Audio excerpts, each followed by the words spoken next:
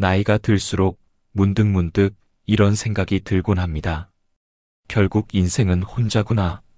자식 잘 키워도 곁에 오래 남아주지 않고 평생 함께할 것 같던 배우자도 언젠가는 먼저 떠나고 가까웠던 친구들도 하나둘씩 멀어집니다. 결국 노년의 삶은 혼자 남는 시간과의 싸움입니다. 병원비로 모아둔 돈이 빠져나가고 예전처럼 반겨주는 사람도 드물어지며 관계라는 것이 얼마나 덧없는지 느껴집니다. 그래서 노년은 준비된 사람만이 여유롭고 평온하게 살아낼 수 있습니다. 누군가에게 기대고 싶은 마음, 외로움을 달래기 위한 인간관계, 자식에게 의지하려는 생각은 이해할 수 있지만 시간이 지나면 지날수록 오히려 그 기대가 상처가 되곤 합니다. 의지하려 할수록 실망은 커지고 집착할수록 마음은 무너집니다. 결국 마지막까지 남는 건 그리고 가장 확실한 내 편은 나 자신뿐입니다. 그렇기에 이제는 남을 위한 삶이 아니라 오롯이 나 자신을 위한 삶을 살아야 할 때입니다. 오늘 영상에서는 그런 노년을 현명하게 살아가기 위한 5가지 준비에 대해 이야기하려고 합니다. 기대되신다면 구독과 좋아요 한 번씩 눌러주세요. 여러분의 클릭 한 번이 앞으로 더 좋은 영상을 만드는데 큰 힘이 됩니다.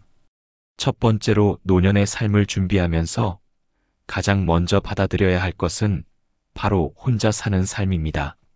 누군가와 함께하고 싶은 마음, 외로움을 피하고 싶은 마음은 지극히 자연스럽지만 그 마음에만 머물러 있으면 오히려 스스로를 갉아먹게 됩니다. 자식이 평생 곁을 지켜줄 것이라는 기대는 현실과 어긋날 수 있고 배우자와의 이별은 누구에게나 찾아오는 순간입니다. 결국 인생의 마지막은 혼자라는 사실을 부정하지 않고 받아들일 때 비로소 진짜 자유로운 삶이 시작됩니다. 혼자 산다는 것은 누구에게도 맞출 필요 없이 나만의 리듬대로 살아가는 삶입니다. 늦잠을 자고 싶으면 자고 먹고 싶은 음식을 거리낌 없이 즐길 수 있습니다. 배우자와 함께할 때 겪는 생활 패턴의 충돌, 잔소리, 타협에서 벗어나 오롯이 나를 위한 일상을 살아갈 수 있습니다. 외로움을 피하려고 무리하게 인간관계를 이어가다 보면 오히려 상처받기 쉽습니다. 노년의 관계는 양보다 질이 중요합니다. 가끔 연락하는 진짜 친구 한 명이 수십 명의 얕은 지인들보다 더 소중한 법입니다. 혼자 밥을 먹고, 혼자 카페에 앉아 있고, 혼자 여행을 떠나는 일이 부끄러운 일일까요? 오히려 그런 시간이 가장 편안하고 진정한 자유를 느낄 수 있는 순간입니다. 남들의 시선을 의식하다 보면 정작 내 삶은 사라지고 맙니다. 혼자 있는 시간이 어색하지 않다면 노년의 삶은 훨씬 가볍고 여유로워집니다. 많은 사람이 혼자 아프면 어떡하지? 혼자 죽으면 어떡하지라는 불안을 가지고 있습니다. 하지만 그런 두려움은 준비로 충분히 털어낼 수 있습니다. 건강을 지키기 위해 꾸준히 관리하고 위급 상황에 대비한 연락망을 구축하면 됩니다. 걱정만 하다 시간을 보내는 것보다 현실적인 대책을 세우는 것이 훨씬 현명합니다. 한 72세 남성의 이야기처럼 처음에는 외로움과 공허함에 빠졌더라도 혼자 사는 삶을 긍정적으로 받아들이고 나면 새로운 삶이 열립니다. 혼밥을 시작하고 혼자 산책하며 커피 한 잔을 즐기고 책을 읽으며 나를 위한 시간을 보내는 삶. 그것은 결코 고독이 아니라 진정한 자유이며 나를 위한 삶의 시작입니다. 혼자라는 것은 약함이 아니라 강함입니다. 누구에게 기대지 않고 스스로를 지탱하는 삶, 그것이야말로 노년을 준비하는 가장 강인한 자세입니다. 남을 위해 살던 인생에서 벗어나 이제는 나를 위한 인생을 살아야 할 때입니다. 혼자이기에 가능한 자유, 혼자여서 누릴 수 있는 평온함을 받아들이는 것. 그 순간부터 노년의 행복은 시작됩니다. 두 번째는 장래 및 죽음에 대한 사전 준비입니다. 우리는 흔히 죽음을 두려워하며 외면합니다. 하지만 죽음은 삶의 끝이 아니라 자연스러운 연속선 위에 존재하는 하나의 과정입니다. 그것을 받아들이고 준비하는 태도는 삶을 포기하는 것이 아니라 오히려 삶을 더욱 성숙하게 살아내는 방식이 됩니다. 죽음을 제대로 준비한다는 것은 마지막 순간까지도 내 삶의 주도권을 놓지 않겠다는 선언입니다. 가장 먼저 생각해 볼 것은 나만의 이별 방식입니다. 꼭 전통적인 장례 절차만을 고수할 필요는 없습니다. 요즘은 자연장, 수목장, 해양장 등 다양한 선택지가 존재하며 나의 가치관과 신념에 맞는 방식을 선택할 수 있습니다. 또한 살아있는 동안 전하고 싶은 말, 나누고 싶은 기억이 있다면 영상이나 편지로 남겨보는 것도 좋은 방법입니다. 그것은 가족에게도 따뜻한 위로가 되며 나 자신에게는 평온한 이별의 준비가 됩니다. 현대 사회에서는 디지털 유산에 대한 정리도 필수입니다.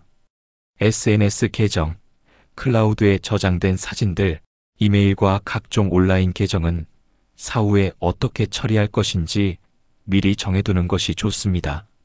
신뢰할 수 있는 사람에게 비밀번호를 전달하거나 중요한 계정은 생전 정리를 해두면 가족들이 당황하지 않고 처리할 수 있습니다.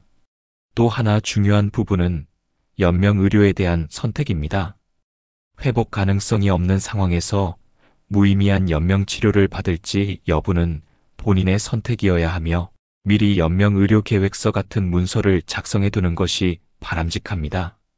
이는 가족 간의 갈등을 줄이고 내 뜻에 따라 존엄하게 삶을 마무리할 수 있게 도와줍니다. 혼자 사는 경우라면 갑작스러운 상황에 대비한 비상 연락망을 만드는 것도 중요합니다. 지갑이나 휴대폰에 응급 연락처를 담은 카드를 넣어두는 것만으로도 큰 도움이 됩니다. 또한 장례 비용 역시 준비가 필요합니다. 소액의 장례 보험이나 미리 마련해둔 적금은 남은 가족들에게 경제적 부담을 덜어주며 내 마지막 길을 원하는 방식으로 준비할 수 있게 합니다. 죽음을 준비한다는 것은 막연한 불안에 사로잡히는 것이 아니라 구체적인 현실을 정리하며 삶을 더 명확하게 바라보는 일입니다.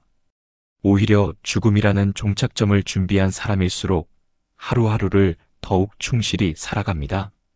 지금 내 곁에 있는 사람들과의 인연을 소중히 여기고 오늘의 삶에 감사할 줄 아는 여유도 생깁니다. 죽음은 언젠가는 누구에게나 찾아오는 것이기에 그것을 두려움이 아닌 자연스러운 마무리로 받아들여야 합니다. 준비된 이별은 삶을 정리하는 마지막 용기이며 남은 사람들에게는 슬픔 대신 고마움을 남길 수 있습니다. 그러니 지금부터라도 천천히 차분히 준비해 보는 것은 어떨까요?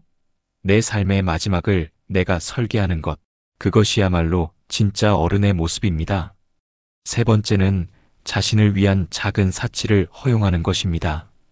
나이가 들수록 우리는 하면 안 되는 것에 익숙해집니다. 특히 돈을 쓰는 일에 있어서 더더욱 그렇습니다. 절약은 미덕이고 사치는 낭비라는 생각이 오랫동안 뿌리내려 있죠. 하지만 노년에는 이 관점을 바꿔야 합니다. 지금은 절제보다 누림이 필요한 시기입니다. 남을 위해 살던 삶에서 벗어나 이제는 나 자신을 위해 사는 법을 배워야 할 때입니다. 평생 가족과 자녀를 위해 아끼고 희생했던 만큼 이제는 내 마음이 기뻐지는 순간을 만들어줘야 합니다. 그것이 단순한 소비가 아니라 자기 자신을 존중하는 방식이기 때문입니다. 사치라고 해서 거창할 필요는 없습니다. 고급 여행이나 값비싼 명품이 아니어도 됩니다. 동네 꽃집에서 향기 좋은 꽃 한 다발을 사는 일, 오래된 찻잔 대신 예쁜 찻잔으로 차를 마시는 일, 고급 원두로 커피를 내려 마시는 것처럼 사소하지만 기분 좋은 순간들이 있습니다. 이처럼 일상의 작은 기쁨을 누리는 것은 단순한 만족이 아니라 삶을 대하는 태도를 바꾸는 일입니다. 나는 이런 것 좀 누릴 자격이 있는 사람이다라는 자기 인정이기도 하죠.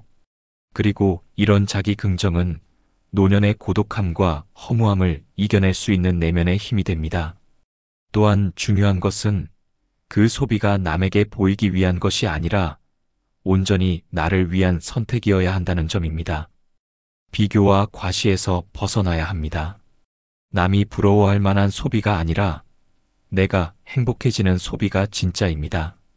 주변의 시선에 흔들리지 않고 내 감정에 충실한 소비가 오히려 가장 값진 경험이 됩니다. 그렇게 내 마음이 기뻐지는 행동을 반복하다 보면 삶의 활력이 생기고 일상이 조금씩 환해집니다. 이런 작은 사치의 경험들은 기억 속에 따뜻한 흔적으로 남습니다. 언젠가 외롭거나 힘든 순간이 찾아와도 나를 위해 애썼던 그 시간들이 마음속 위안이 되어줍니다.